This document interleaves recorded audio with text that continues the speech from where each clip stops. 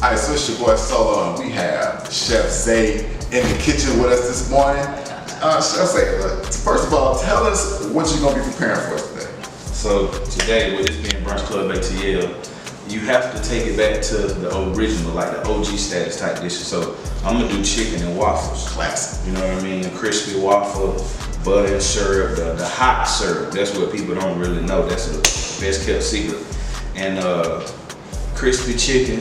Shout out to Popeyes. They showed me how to really put it down. You understand? Yeah. Alright, so I see you already got the chicken right here. It seems like it's already been marinating. Alright, so we're gonna try to break it down so y'all can actually do this at home. We're gonna try to make it as simple as possible and explain the best that we can. So first, what kind of seasonings do you have in there and how long did you have it marinate? Okay, so I got all-purpose seasoning. I might mark this. I tell it to everybody because ratios are important. I won't tell you the ratio, but I tell you what it is. So we have salt, pepper, we have garlic powder, we have onion powder, and then we have a little bit of chili powder too, or I like to use paprika, okay? Smoked paprika. It's Hungarian, but I like smoked. Smoke is my favorite too, actually. Yes, indeed.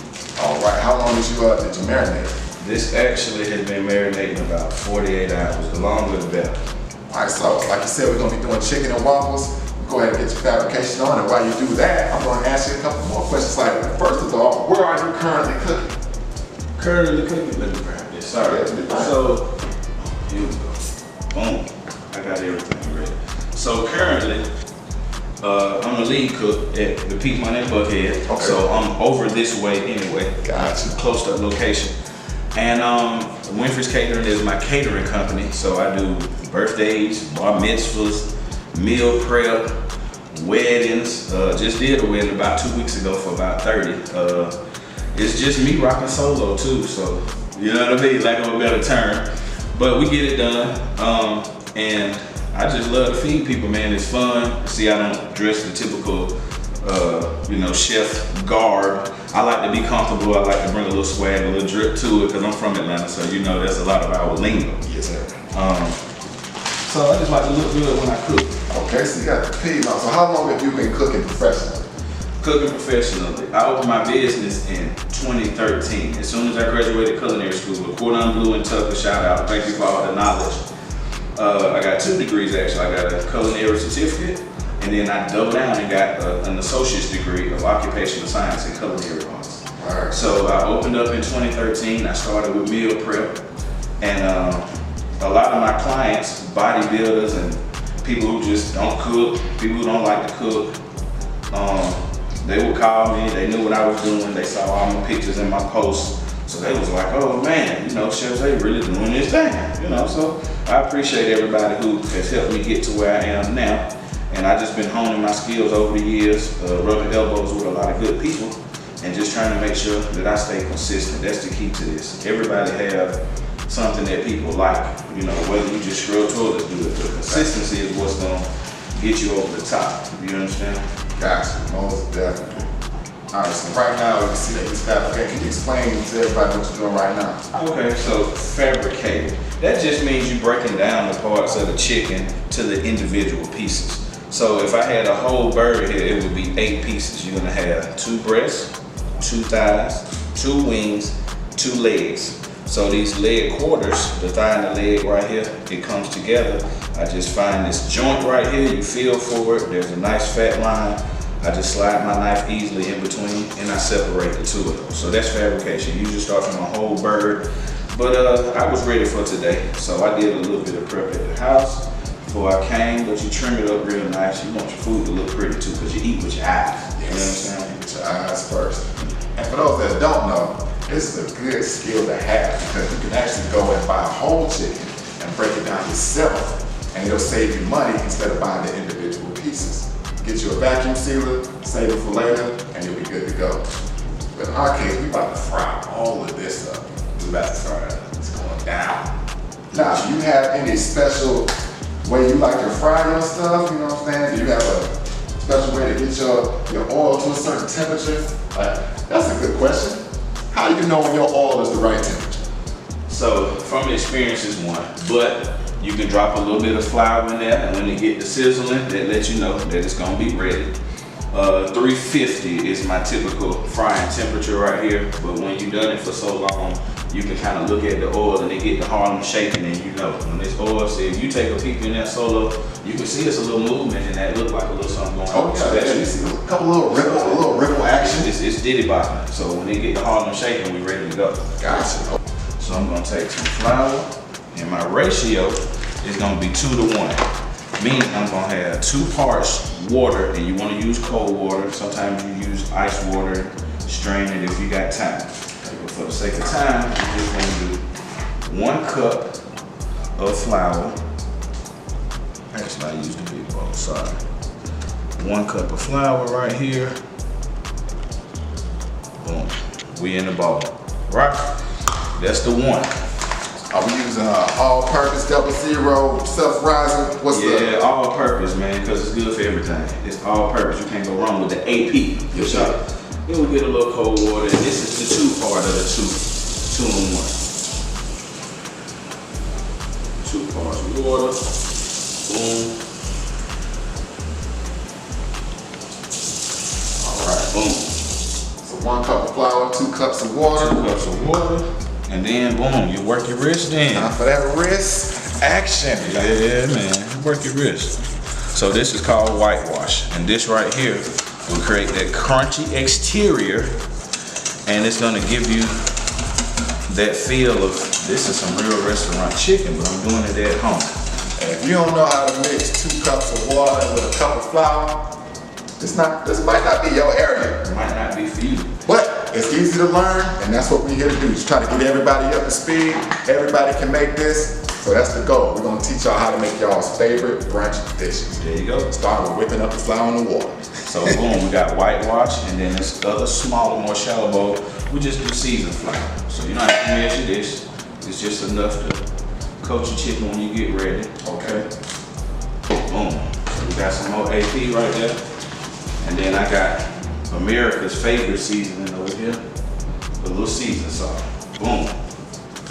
So we just go in with the seasoned salt. The flour gotta taste good too. So Any sort of ratio with this, or just kind of let it? you just let it go. You know what I mean? You just season it and make sure you can see it. Okay. You put seasonings in there, you can see that. Yes, sir. You see a little bit of that. I'm mixing that in real good. But you see it.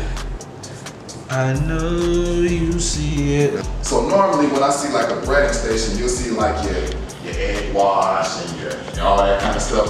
What is the difference? Like what makes this better? Or would you say that it's better or just different than that sort of classic breading station, if you will? Well, it depends on what you're cooking, because I tell you this, with the egg wash, you cooking for a shorter period of time. Okay. So everything you cooking actually cook. So when you think about cooking eggs in general, you don't cook eggs for a long period of time. Yeah, absolutely right. So if you're doing chicken tenders or chicken fingers or things of that nature where you're gonna double batter, that'll be good. Eggs will be good for that. Okay. But we cook this chicken right here for 12 minutes. So you never seen a 12-minute egg.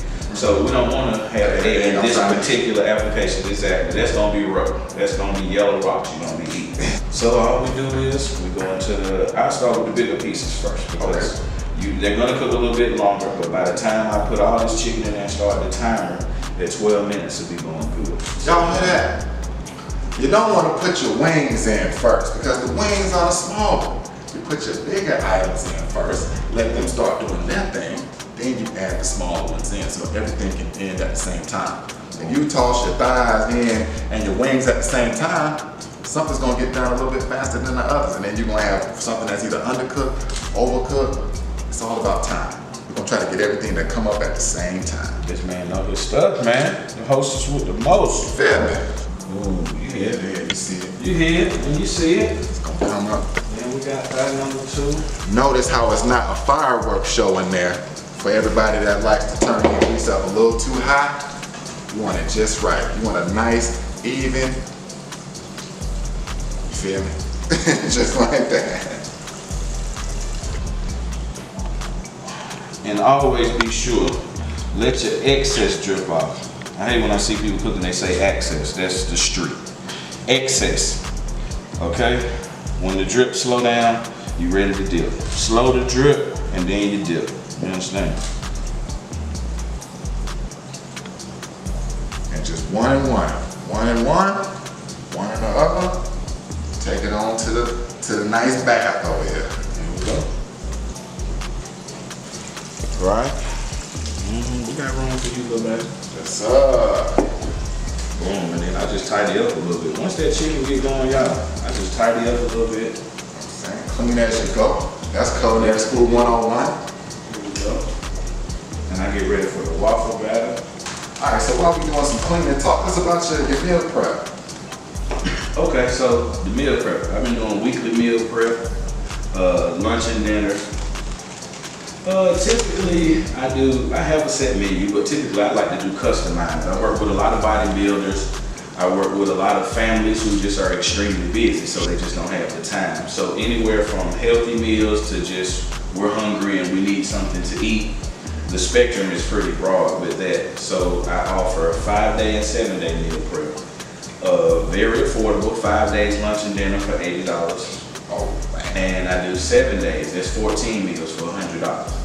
The 7-day meal prep, I don't charge for delivery unless you're outside of the perimeter, and then $10 for the 5-day. It's pretty good. Yeah, I had a real good run. I don't know if y'all have ever done any sort of meal prep, but that's a lick. Yeah, it Or a steal for all my a steal of a deal. That's a deal. Do you specialize in a certain type of cuisine, or do you know what I'm saying, just kind of dibble and dabbling and all that is ever? I dibble and I dabble. You know what I mean? You can check out my dab anytime on my Instagram, my Facebook. I'm classically trained in French. So the Cordon Bleu trained me French. So I learned everything from, North and South America and all the way in Europe and Asia. We touched on everything. Okay. And so a lot of times, everywhere I've worked, I've learned something. I've taken a little bit away from everywhere that I've worked, just to be sure that I can broaden the amount of individuals that I can service. So there's pretty much nothing that I can't do, and that's just the truth. But I made it that way, not being braggadocious, but I want to be able to service anybody that comes because I love what I do, and I don't want to limit myself or pigeonhole myself and say, well, he just do healthy food, or he just do soul food because he's from the South. I'm multifaceted, but that's by choice. I didn't want to do, a lot of people specialize and make good, but I think I make better if I could do more than one thing. Most definitely, because this is not a profession that you get into if you don't love it. Look, don't let the Food Network fool you, all these celebrity chefs, you know what I'm saying? Don't let those TV shows fool you and think that this is just like some glamorous job or glamorous lifestyle. This is really nose to the grind, sun up to sun down, getting it in over the hot grease. That's what the real chef life is like. Chef life is like. If you ask any chef, they'll tell you. All right, so right now we're gonna do the box mix. Now, if you were to do this like from scratch, what is waffle mix? So waffle mix is a very light cake batter in essence. A very light cake batter is basically like minus the eggs. You kind of just want the bread. Gotcha. You don't want the rise as much as you do on cake. So that's why it comes out thin all the time. It's not gonna rise to a certain point because you don't have all of those leavening agents. You don't have, you got baking soda, baking powder, different. Baking soda gives spread. Baking powder gives rise. So there's a little bit of baking powder, but not as much the baking soda. Gotcha. And pancake mix. So I use the mix out of the box because you can always doctor it up if need be, and the toppings are important if you're doing things like that. But for large batches, I could do it from scratch, no problem. But when you're just doing a demo, you just grab some, boom, boom, bam. And we want to make sure that y'all know how to do this at the house. Exactly. Make it nice and simple. There we go.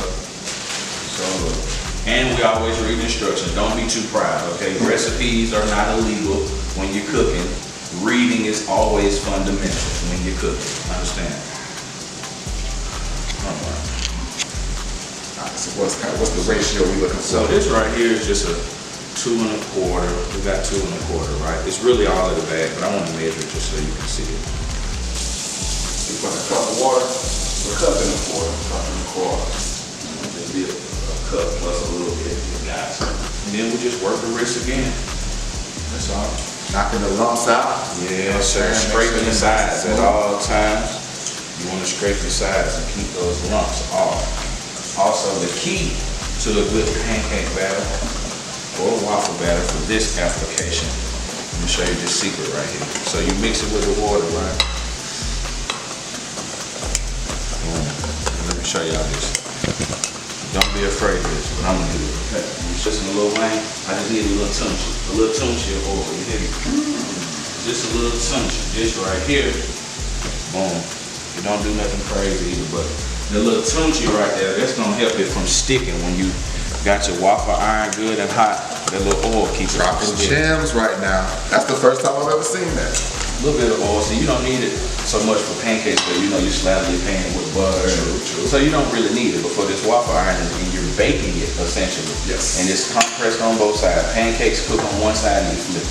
You don't have to flip it with waffles, so you need a little bit of something to keep it from sticking to that waffle iron.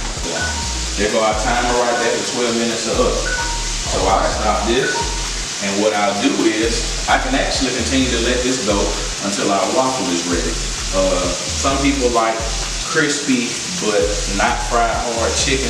It all depends on what you like. So today we'll give it a few extra minutes, and we're gonna add a waffle, and then we'll have some fried hard chicken. But it's looking really good. I know we like our chicken fried hard. It's looking really good. You see this solo?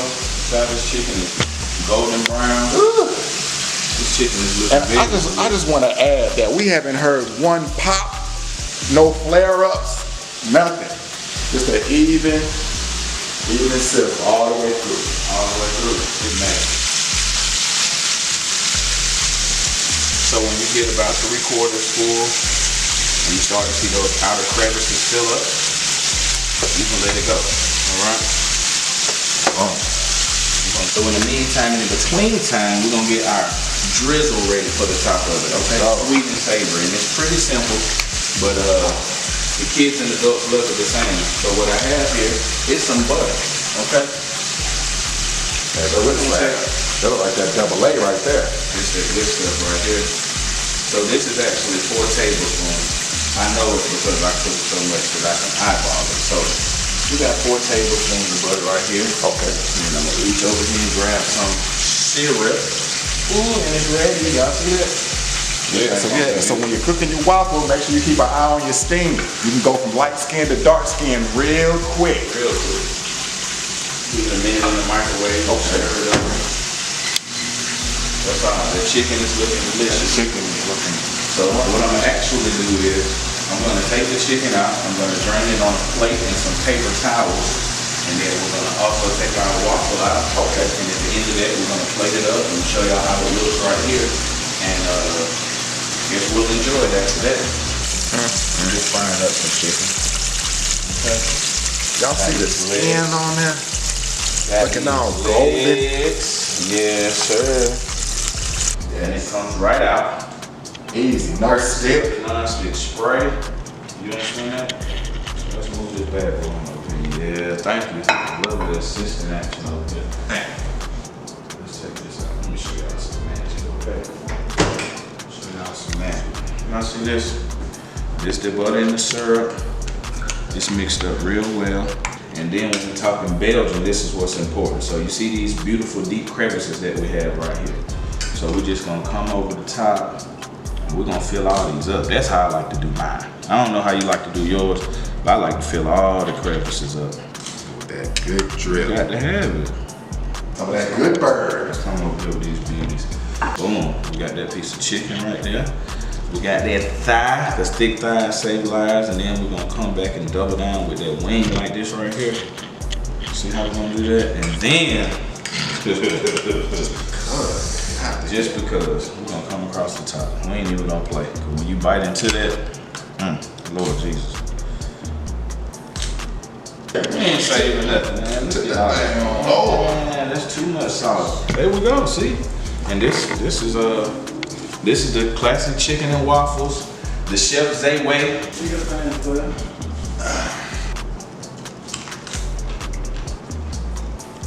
Okay. Alright, so you know how people take a bite of something and they start laughing on TV, you think it's fake? I get it now. Ain't no fake. So I don't know if you heard that in the mic, but that, you hear that crisp on that?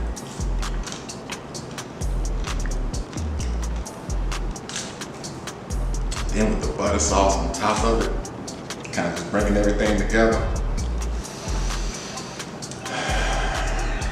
All right, let's get into a big piece. Let me show y'all a little secret. I don't know how y'all eat y'all's bird, but you want to grab it right here, right? Grab this little piece. You're just gonna twist that out. Ooh, he a bone pro, he a pro. You know, that's how you know it's cooked good. Yes, sir. Let me tell y'all something. Tell him. I don't care what you put that butter sauce on. When the camera cut off, I'm licking the plate by this butter sauce, okay? The ratio, perfect. The skin on the outside is like excellently crisp. The chicken on the inside is it's all juicy. So we gonna eat today. We ain't bougie, we just in Buckhead. You know what I'm saying? The drip. Man, get in on that, man. Don't even play with it. Don't even play with it. I appreciate you coming through, man. I appreciate you having me. I really It's a blessing for me. I don't know about anybody else. Hey, it's a blessing, man. There's so much going on. It's good. We get to gather here today Yes. and enjoy a meal so crispy and delicious. Indeed. Yes, sir. Well, y'all, we're gonna go ahead and sign off. What's on the menu? Chicken and waffles. It's your boy Solo. Chef Zay, CEO. And we out.